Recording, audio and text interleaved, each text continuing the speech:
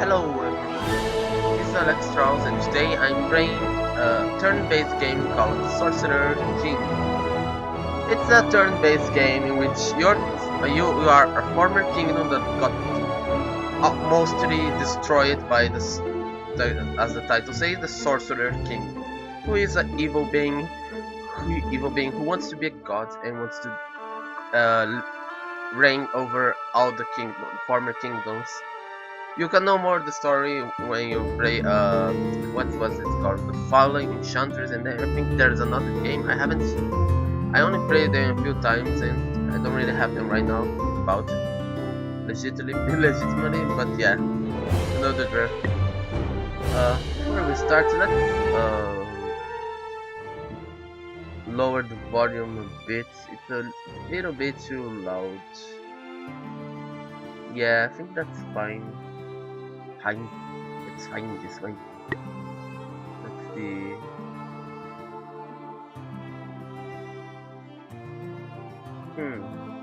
Yeah, I think that's fine.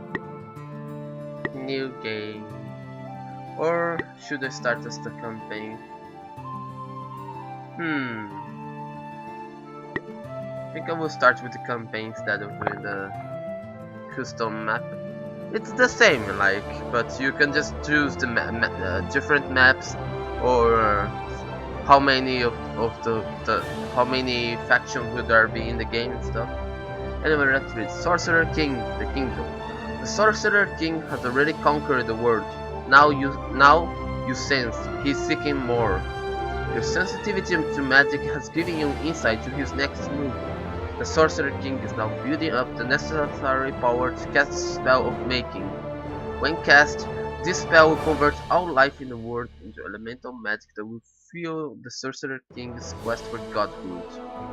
The time until this doom can be sensed by you must gather allies and send strike force to his distant fortress and defeat him before it's too late. We'll start in the beginning because this is somewhat like a roguelike, I suppose. Even on the beginner difficulty, it can be very hard if you are not careful. Insane, you don't even mention. It's even more insane. Yeah. Let's see, let's play with the commander or the wizards. Or some of those others. The guardian is great for when building outposts and stuff. You see when in the cities, and you see when I play it. The commander is great. He can have a lot of armies.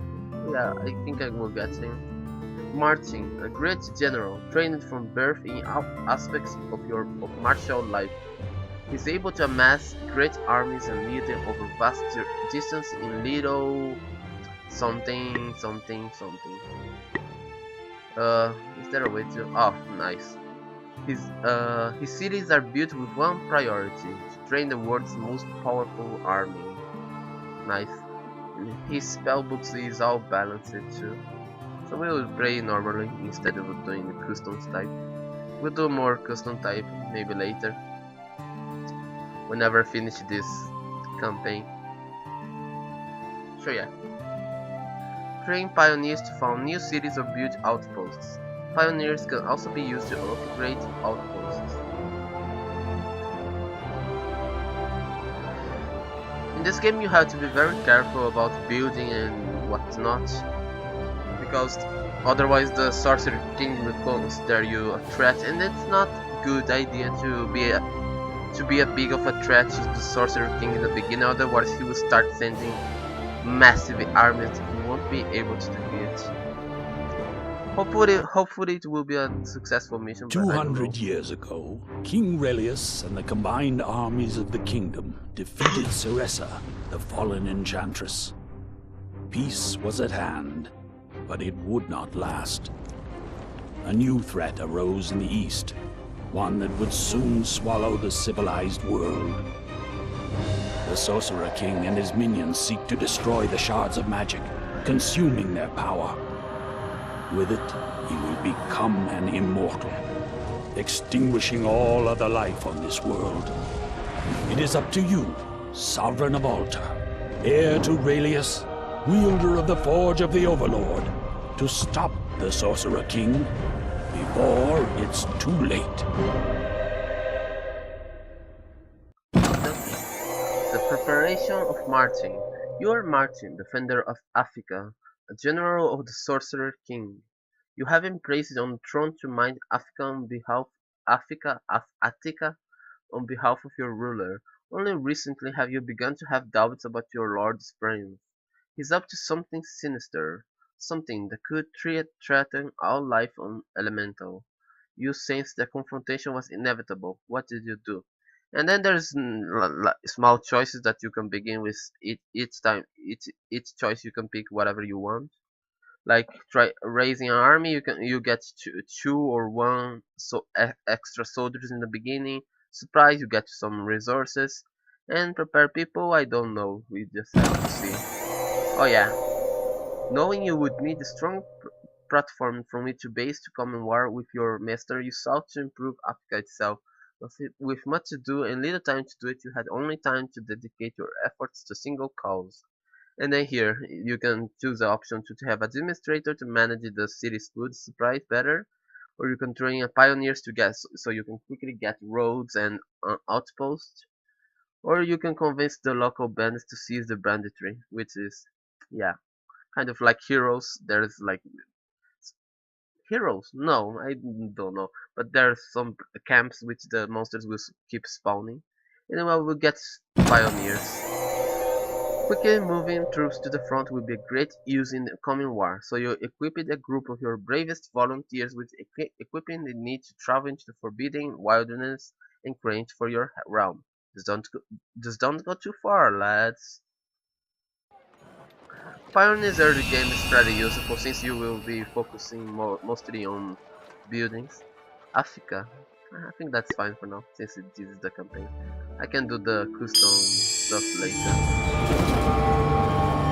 Let's see, where shall I build my pioneer? Maybe that? Or here? Can I capture that?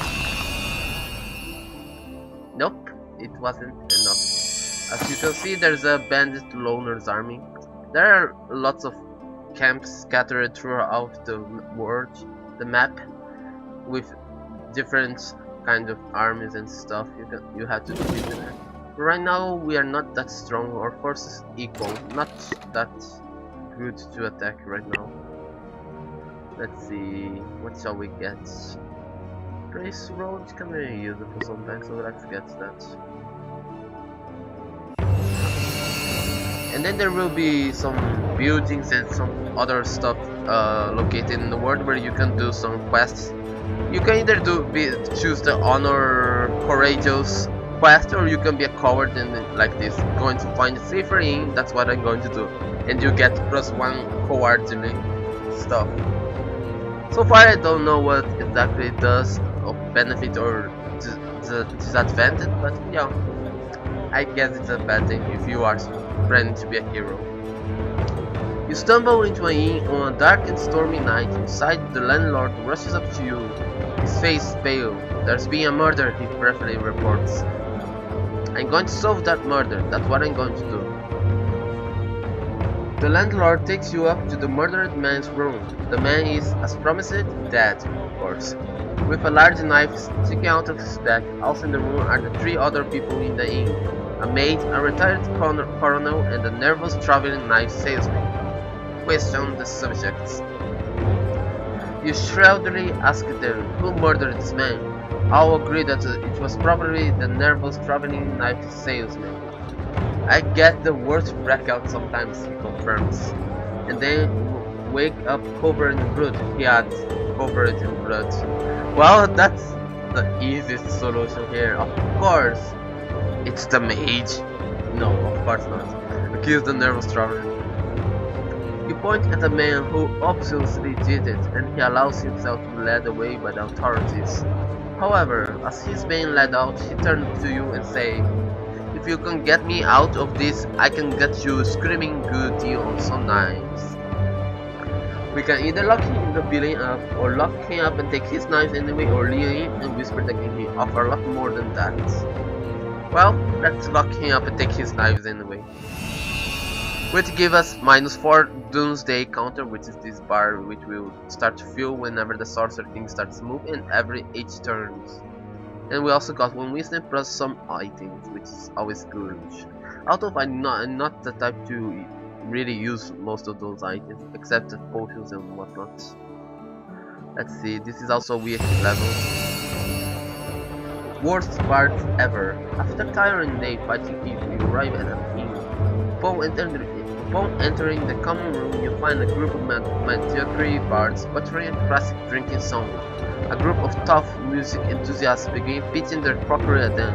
Things are about to get ugly. So we can choose these bards must pay for the crimes against roofing. Sigh loudly and demand the thugs leave the bards alone. Or we can approach the bards and offer them a job more suitable to their skills at buttering things. Well, we always need some more troops, so let's get them.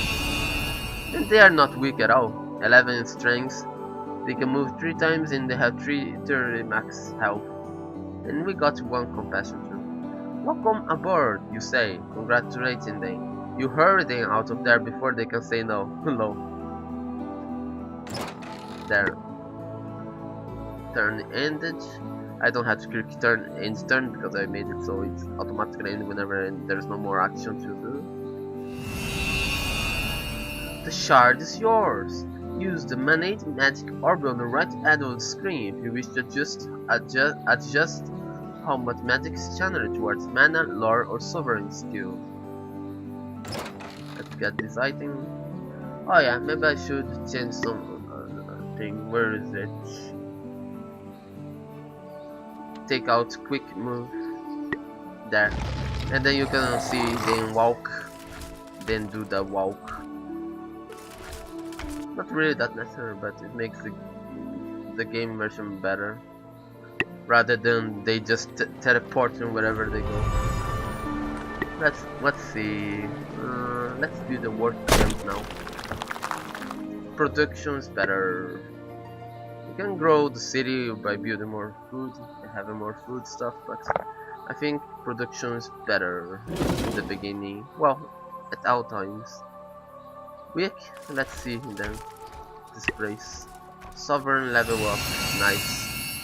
+2 to max size of armies and all units get 1 move. That's good. Warfare. Increase logistics by 5. That's also good.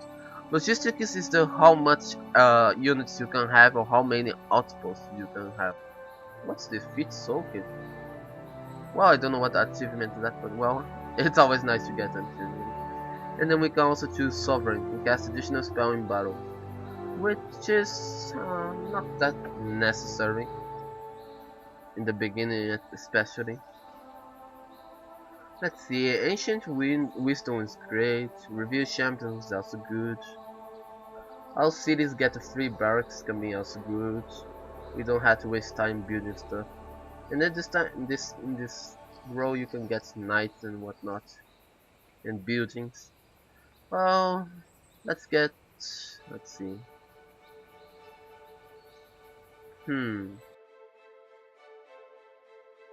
Let's get leadership first. Killing time. The local evil vanished a little early in the day than you expected. You approach an inn. Unfortunately, it's still early afternoon and you are told it's soon check-in. Argue with the landlord? Wait patiently, or hang out in the stable praying dice. What shall we do? Let's hang out in the stable, why not? You hang out playing dice in the stable with the stable boys. They've got homemade wine and some really filthy stories about cow maidens that you enjoy, so you offer them all jobs.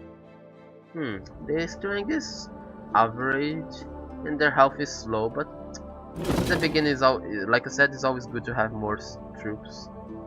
Now we have 24 strength, we could probably attack those, but unless you are absolutely certain that you can win, even if you have a little bit more strength than the enemy, it's better to have more troops before attacking them. Your heroes can be revived in your city after 3 turns, I think, but your soldiers you will have to recruit them again. And you don't depends. Sometimes you don't have the time to be waiting for new troops, especially if the Sorcerer King's army is near your city. Someone else's problem. As you arrive at the scene, a large caravan of people are just putting out. They explain that they're freeing their homes, which have just been ravaged by some horrible men on beasts. Ask for directions to your home, or ask for direction away from it. Let's ask for directions. This sounds like something I need to investigate and possibly kill, you say. They mark the location of the village on your map. Some of them offer to meet you there. You need to go there, huh?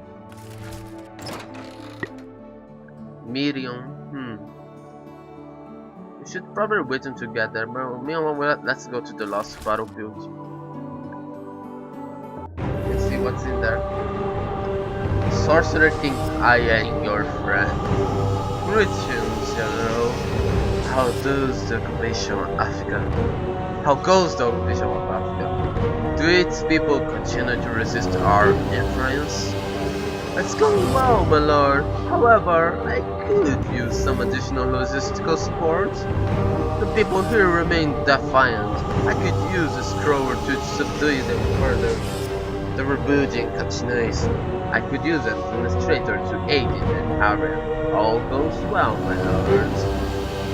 So here, the Sorcerer King will, I don't know how many turns, but he will keep asking you if you want stuff. It's good if you don't want, if you're not playing on harder difficulty, always choose to get something from him because he will get it. But for our price, every time you get something, it increases the Doomsday bar by +5, always. Or you can just go all goes well or whatever and then not get anything. But only do that when you are playing on difficulty, on harder difficulty, because otherwise it's just a waste. Yeah, see? +5 Doomsday counter. And see? A free administrator. Now my cities will get more food now.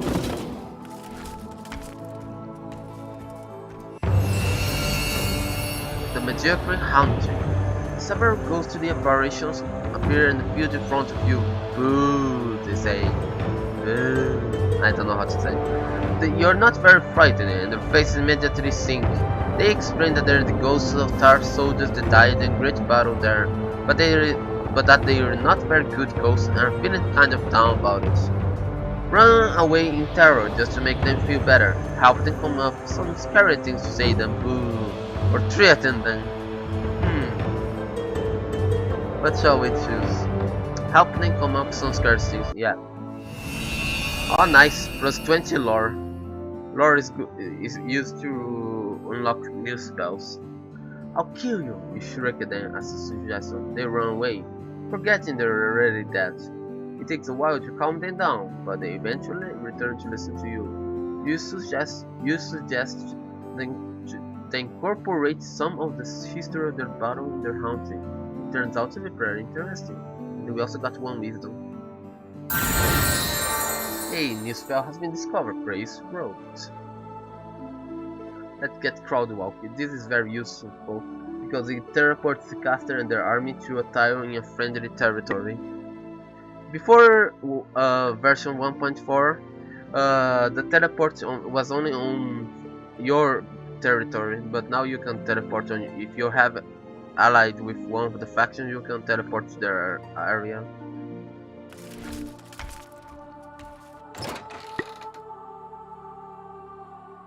Let's get that treasure. Why are you not walking the road, administrator? Toady. Sorcerer King Toady. Nice, he's in the city now. And let's see.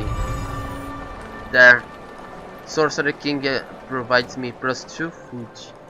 And this way the city will grow faster. If you have more administrator, I think it stacks, so you can get even more food. The maximum level is 9, I think. So until you get there, you can have a lot of administrators. I guess I'm talking too much.